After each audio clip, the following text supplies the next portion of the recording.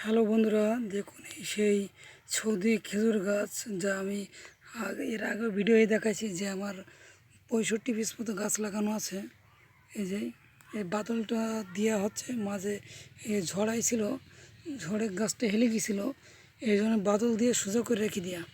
এখন যেহেতু গাছটা ফ্রেশ হয়ে গেছে, বাদলটা এখনই কেটে দেবো কয়েকদিন পর। আমার এই একটা গাছ দেখুন, এই যে গাছে এখনও কাটা বেরোয়নি, গাছে এখনও আছে এই গাছে এখনও বোক আসেনি, গাছটা এখনও কাঠ বেরোয়নি গাছে।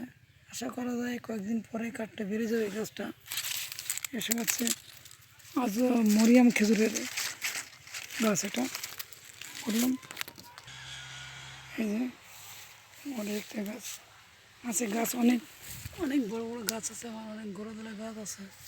এই যে এই গাছটা বকের চার চলে, এই যে দেখুন, এই যে নিচে দেখালে অনেক কিছু দেখা যায়। এই যে গাছের গুঁড়াগুলো দেখেন, আর উপর দিয়ে দেখায়, যেহেতু গাছগুলো দেখেন ভুঁইতে দেখার মতো কিছুই নেই, সবই খেজুর গাছ। এই দেখুন এই একটা গাছ আছে আমার, গাফাস জাতের খেজুর, এটা গাফাস, এটা হচ্ছে গাফাস জাতের খেজুর।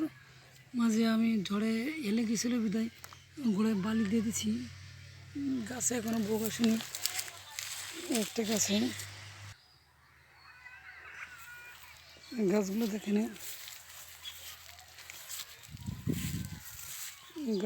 গাছের গোড়ায় অনেক ঘাস হয়েছে, ঘাসগুলো একটু মেরামত করবো কালকে।